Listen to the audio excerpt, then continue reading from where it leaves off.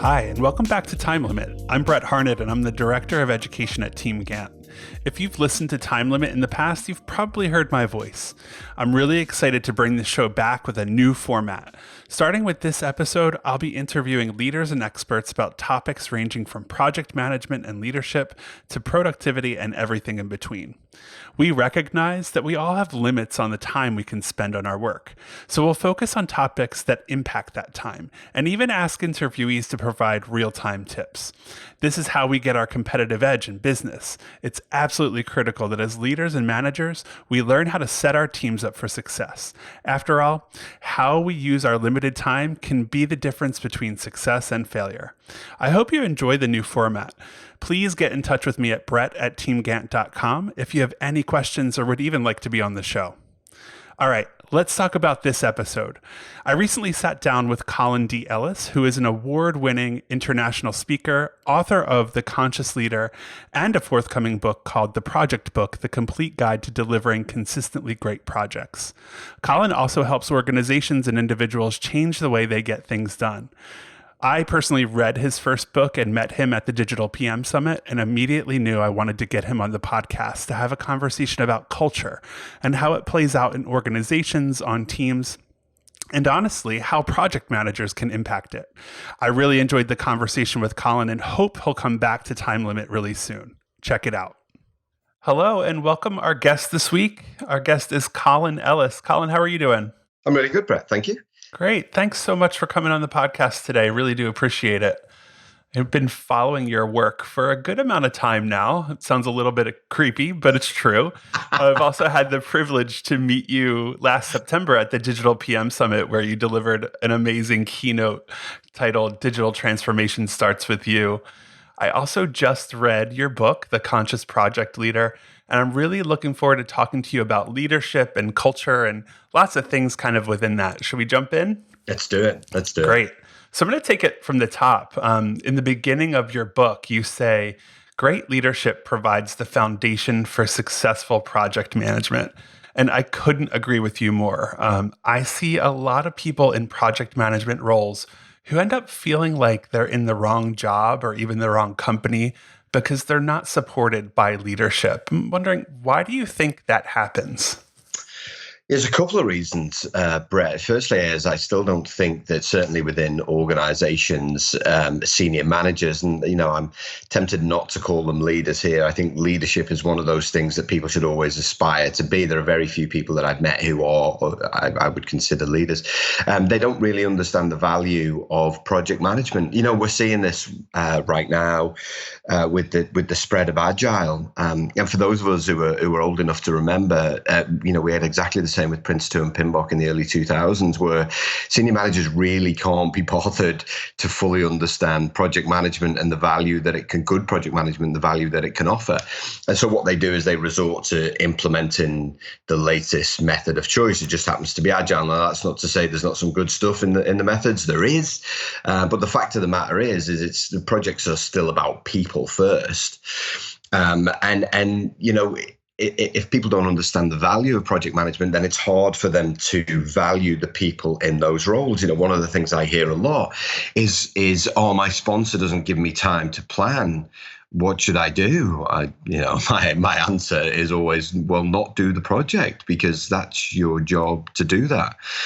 And so I think that project management is one of those things that people talk a lot about. I hear it all the time in airport lounges and cafes, all the time. And yet I still think very few managers within organizations understand what it means. But it's chicken and egg, Brett, because they've never seen it done really, really well. So consequently, they never invest in it going forward. Yeah, I totally agree with you. Thinking back on my career, I think the reason I was able to kind of break out and go on my own and find a job like the one I have now at TeamGantt is because I actually had that leader, that agency owner who truly believed in project management and believed that I could do a good job with it. But thinking back, there are other roles that I had where I wasn't as respected, and it wasn't just me as a person, it was the role wasn't respected as much as well. So how do you think someone can overcome the feeling of not feeling that their role is valued, or feeling that they're not respected and that they're not able to do a good job because of it. Like, how can I overcome that feeling? Well, I think self-awareness is key for a start here, Brett, because I think there's quite a lot of arrogance in our profession. People go, they do a course, they get a badge, and they're like, "Hey, look at me, I'm a project manager." And we kind of had this kind of pandemic almost of kind of certification a few years back, where our market is kind of flooded with people who've got the right qualifications, but not necessarily the right skills. So I think people have got to ask themselves, am I speaking in the right way? Am I making project management easy to understand? Am I being the best version of myself? Am I breaking it down such that somebody understands what needs to be done here? I think quite often the role of project manager isn't valued is because people think it's a process to follow when it's not. It's a role model. It's someone who can demonstrate. How I often talk about project managers being the future of organizations, mate. And I think that you've got to really be the best version of yourself and show other people what good leadership looks like. And then you have to, speak very calmly and empathetically about what's the job of a project manager? What do you do? What's expected of the role?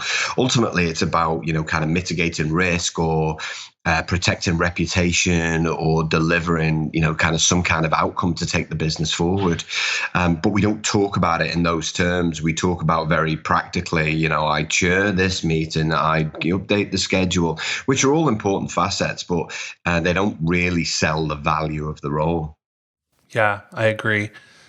I also think a lot of it, and I think you alluded to this, it has to do with your ability to build relationships and connect with people. I think as soon as you can show that you not only understand the goals of your organization or even the team that you're working on or project that you're working on, the minute that you can show that you've built the relationships, you understand how things work, things start to open up, right? Like people start to value you as an individual, and then they start to look at the things that you do because you do them well for whatever reason.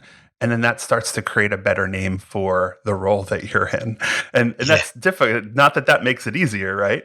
But I do think that's part of it, that I think what you're saying is it's a very it's a very personal role. Like soft skills are important. You can't just take what you read from a book and do well in this role.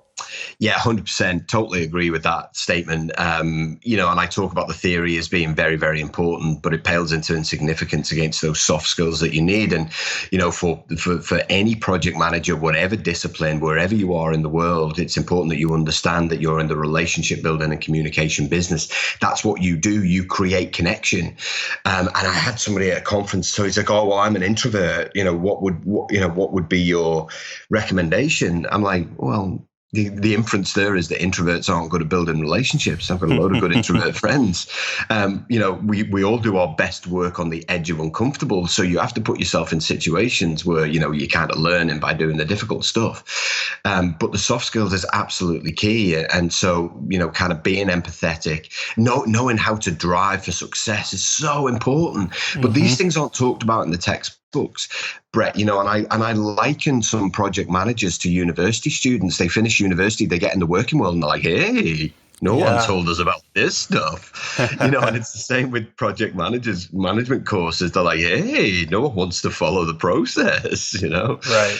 Yeah. But yeah. I couldn't agree more. Those soft skills, those relationship building, it's so key, particularly when it comes to team building. Right. So one of the reasons I wanted to have you on the podcast is to talk about culture, because I think you've got really interesting opinions on this. But before we talk about culture, I kind of want to define it for the audience as well. So I come from a more kind of digital background, meaning I worked in a lot of digital agencies, startup companies, tech companies, where people tend to confuse culture with benefits. Meaning, so I have a foosball table and there's free beer in the office. That's our culture. No, that's not culture, right? Those things, they might impact the culture, but they don't make the culture. So I'm curious, Colin, how do you define culture? Yeah, that's so true that those things have come to be known as culture. Hey, we got a table tennis table. We're just not allowed to play on it. Yeah. And so culture is the sum of everybody. And I think that's key for everybody to understand, Brett. It's the sum of everyone's attitudes, beliefs, behaviors, traditions, and skills. And everybody's got a role to play in culture. Typically we talk of culture as the way that we do things around here and the way that things get done wherever you are, on whichever side of the organization. It's the sum of everybody within it, and all of the good stuff and all of the bad stuff too. Mm-hmm. So I kind of tend to think of culture in two avenues. Tell me if this makes sense, but there's kind of the company or the organizational culture, and then there's the team culture. So I think one impacts the other, meaning the organizational culture can sometimes impact the team culture. But I've been in those magical instances where a team just gels and they succeed and do really well. So I'm curious if you agree with that there are kind of two tracks per se in culture, or do you think about it in a different way? So there are many different cultures, Brett. So an organization's culture is made up of the different subcultures within it. So that might be a specific digital team, and then there might be a project within that digital team. And one of the things that I always urge project managers to do is to create the very best cultures, to create the very best team. Because what happens, and I know from experience, because this is what I used to do, is people look at you and go, what are you guys doing over there? Because everyone's having fun, you're getting the job done, you Right. kind of all of this visual stuff. And, why I talk about culture so much is I think that certainly projects are missing a trick in not doing that, in not creating this awesome subculture that then contributes to the overall organizational culture. When projects are done well, not only do they deliver outcomes from which the organization can benefit in some way or other, Brett, but also you should add to the organization's culture. You should be doing something differently to take the organization forward. And you see that, and you've been part of it too. When you get a project right, people talk about it. And they're like, remember that XYZ project? Wasn't that awesome? So, by default, it adds to the culture. So, by the same token, if you get something really wrong, the same is true. Oh my God, that SAP implementation, God, that put us back 3 years. Again, it adds to the culture, but in a negative way. So an organization culture is made up of all of these different subcultures, which is why you can't bring a firm of consultants in at the top level with the senior managers and go, right, let's define this culture thing. It just doesn't work, because by the time it gets down to the different layers, people are like, yeah, well, I didn't get a say, so that's not my culture. Interesting. Yeah, it kind of can mean something different to everyone, but in some ways that, a company does have a vision. Many companies might try to explain or describe what their culture is, but what you're saying is on the day-to-day basis, it really just depends on what people are doing and how they're impacting the culture, the types of things that they're doing internally as teams. Yeah, that's right. Netflix is often held up as this, great example of what good culture looks like. But you have to be pretty kind of resilient to work in the Netflix culture. So you have people who are desperate to work there. They get in, they're like, hey, someone just got sacked. It's like, well, yeah, that's what happens in these high performance cultures. But those kind of cultures also bring out the worst in people. We had the head of communications who got fired last year for racism. So Right. it can mean different things to different people at different times. And it's hard work maintaining what I call a vibrant culture. Definitely. So on that note, what are some of the qualities you find most in the teams with a really positive culture? Positive cultures or vibrant cultures. So in vibrant cultures, what you get, Brett, are people who are highly engaged in the work, so that they know what they've got to do and they want to do it, and that they're high in emotional intelligence. So they understand what it means to be the best version of themselves. So what I see are a vision for whatever it is that they're doing. And vision, you have an organization vision, but just as you have different subcultures, you have a vision at a team level, a vision at a project level, and they have an agreed set of behaviors that they stick to. which is so important. I think we forget about this within our team cultures, so we're not able to hold each other to account, or there's a fear for difficult conversations because we haven't agreed a set of behaviours. And we've got some culture principles, some things that we agree at the start that we then live by throughout the project. And with that comes celebrating success. It comes tough conversations. It comes kind of hitting the milestones. You got to get it done. You got to get the job done. And you really push each other to succeed to the point where, as I mentioned before, people are just talking about it. It becomes a high performance culture because you took the time at the start to define what it looks like. And then as a team, you uphold that all the way through. Absolutely. So I love kind of what you said there is basically you've got to get the work done. Getting the work done and being successful is what starts to build a positive culture. Do you think that there are any things specifically that a project manager can do to build and foster a positive team culture? Brett, I've talked about this on stage a lot, and I think it's probably the question that people ask me most afterwards. Is because I think project managers should be masters at team building. I talked about we're in the relationship building and communication business. We should create the best teams, and in order to do that, you have to take time out at the start of the project. So before we start planning, and it doesn't matter whether you're doing a 2-week project or a 2-year project, although we don't do too many of those these days. You have to take time out at the very start to actually build the team. But none of this is in any of the textbooks. It's the dying art of project management, of building teams. I was fortunate to speak with Don Price. Don Price is the work futurist at Atlassian before Christmas. And we had a great chat about teams and about the work that Atlassian do. Atlassian, a software company. About making sure that the people know how to create teams and be a good team member.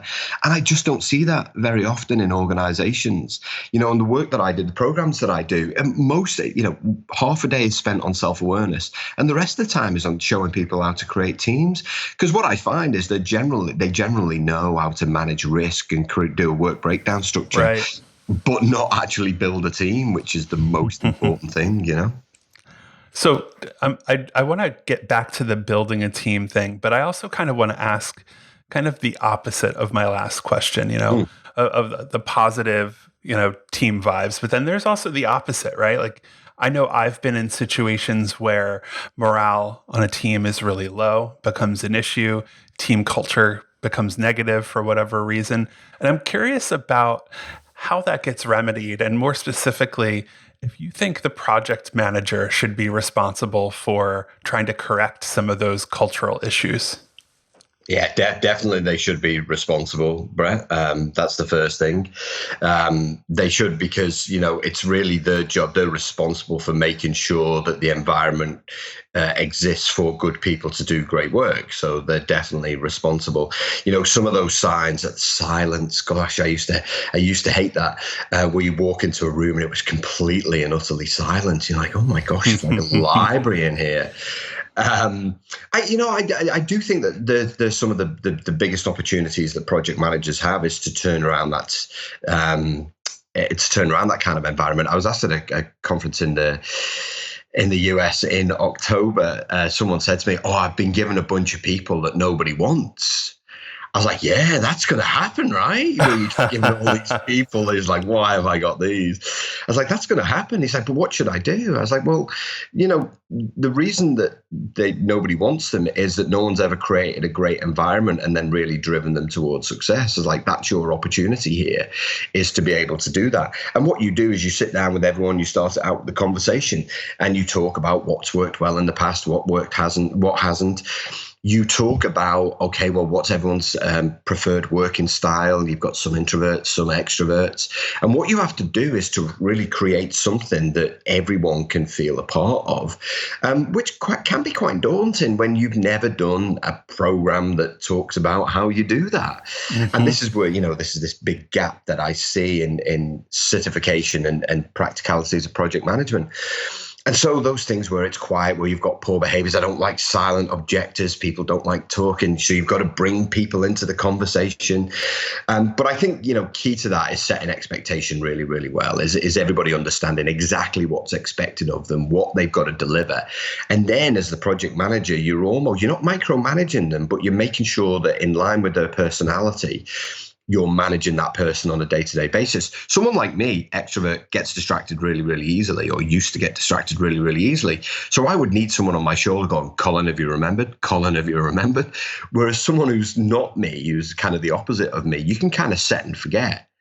I can, give them a task on Monday and just let them get on with it. Maybe check in on a Wednesday morning. Are you okay with that? So I think it's key that they learn everybody's personality and then create an environment. And crucially, Brett, the first person that doesn't deliver to expectation has to be held to account. And this is the bit that most project managers fear. Yeah. Because we think it's all lovey-dovey, nicey-nicey. To get the job done, you really have to put the rocket behind some people. Now, you can do this in a high EQ way. I'm certainly not suggesting for 1 minute that you're abusive, that you're aggressive, none of those things. You don't do any of that. But you can make sure that people understand what they're in for and then drive them to do that. And then if they don't do it, well, there's usually a process to follow. But usually it never gets that far. Yeah. Are there any things that you've done or you've found have been, particularly helpful when trying to kind of right that ship, so to speak? Yeah, well, sometimes you have to sink it. Which sounds counterproductive, but you do. Sometimes you have to draw a line and say, hey, listen, everything that we're doing right now isn't working except for this one thing. So we're going to keep that and we're going to discard everything else. And often when I work with big project management teams or big programs, I did one here in Australia just before Christmas. We wrote down everything that was good and everything that was kind of, could be improved. And, things that were good, there are about 2. Things that could be improved, there are about 30. I'm like, okay, well, let's just agree that everything that's gone before is an absolute bag of, whatever. And then let's work together to fix it. But with the emphasis is on working together. And so what I find is there's a dose of honesty that's required. There's some humor as well. I think, Brett, and I think looking back on my career as a project manager, I think that was the thing that I was blessed to have, is I was able to take some of the sting out of some of those situations. Just to remind people that, we're here to create something that we're all proud to be a part of, but also that takes the organization forward. That will mean us, being slightly uncomfortable at times and pushing each other to succeed. So I think a little bit of that honesty, and then some group accountability. I think everybody sees the project manager as having this, kind of complete and utter responsibility for everything. If you can get the group at the start to agree that we're all in this together, and what the project manager will do is remind us of what needs to be done and when, if that's the way that you're going to do it, then at least you start off on the right foot. I love it. I think the way that you and I talk and think about project management is very, very similar. I want to talk a minute about hiring because I constantly hear how difficult it is for people to hire good PMs.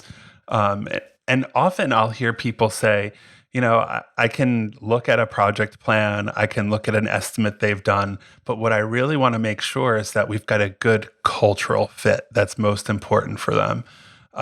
But I'm always interested to know how people actually feel like they can get a good grasp of cultural fit in the interview process. And I'm wondering if there are any tactics that you might recommend. Yeah, sure. It's something I hear a lot too is how do we ensure for culture fit? I was like, well, you got to define your culture for starters. Otherwise, you got no chance. You got no chance of hiring for cultural fit. What you're doing is using a buzz phrase that you've heard somebody else use and you think is the thing. So if you haven't spent, I always say 2 days, particularly for big pieces of work, it takes 2 days to define your culture, and one of the things that me and my team do is we produce a culture deck like Netflix, even just for projects. If you haven't done that, then you can't hire for culture fit. You're hiring for what you believe the culture is. So you've got to do some work up front to understand within your team what kind of mix of personalities have you got? What mix of skills have you got? What mix of behaviors do you have? And what is it that's really, really missing? I worked with one PMO team. They were supporting a big program of work. I think it was $1.5 billion. So the PMO team of about 30 people, and they were all the same personality. So what you got, Brett, was this kind of passive, aggressive, everything by email. They were a good group of people. Individually, they were really, really nice, but they were all the same. And so what was missing was someone really action oriented to really get stuff done and tell them that the way that they were behaving wasn't good enough, because none of those people could do it. So, one of the tactics that I used to use is, firstly, we always took the time to build a team. We always took the time to write it down.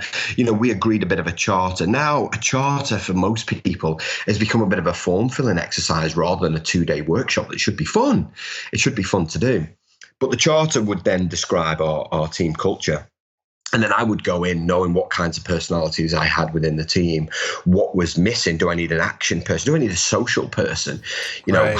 I was usually the most social person in the team. And so it needed someone else. And that's what you look for when you interview. I did a big finance system project. I was head of projects for a large government organization, and we did need someone to head up this finance systems project. The CFO was a real detail guy, so I needed a real detail project manager. So we went into the hiring process knowing I needed someone who was good with facts, with figures, with numbers, who could talk, who had an answer almost for every single financial question. And that's what we looked for. We weren't looking for someone who was overly enthusiastic and excited and positive. They had all of those qualities, but their primary strength was on facts and figures, and that worked well. Interesting. All right. Last question. The name of our show is Time Limit, as you know, and it kind of implies this idea that we're all working with limited time to get things done, get quality work done, right?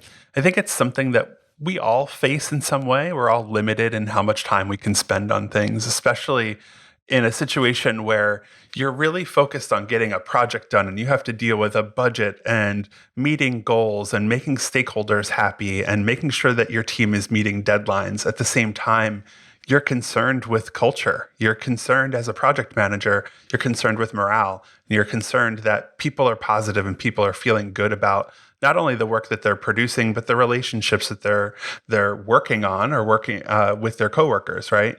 So I'm wondering, do you have any tips for building better culture when you've got serious constraints on your time, when there isn't time to do 2-day workshops and sit down and think about what everyone's there to do? If you're really just having to jump in it and you're always in the thick of a project, what do you do?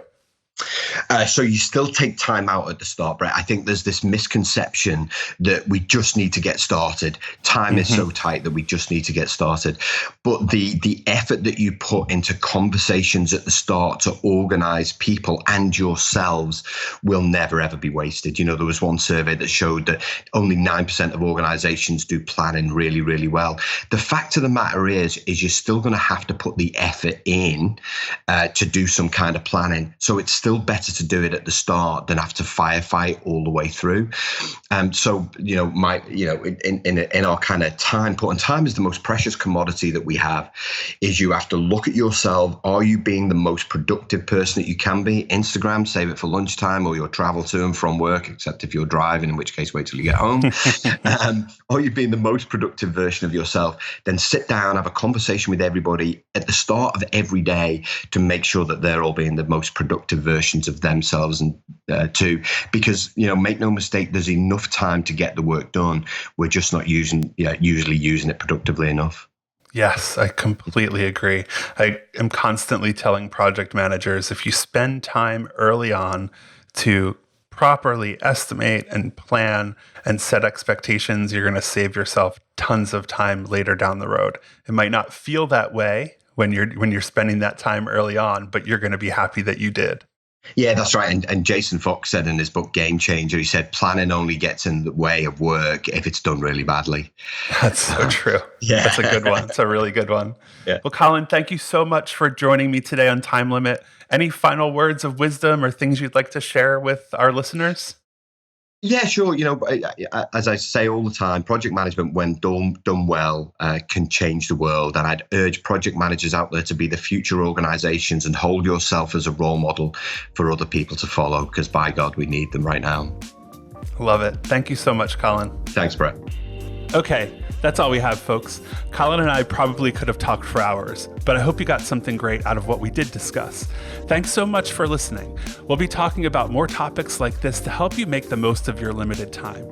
If you're looking for more resources on project management, check out TeamGantt.com, where we offer free classes, templates, and resources in addition to our popular and easy-to-use project planning and management tool.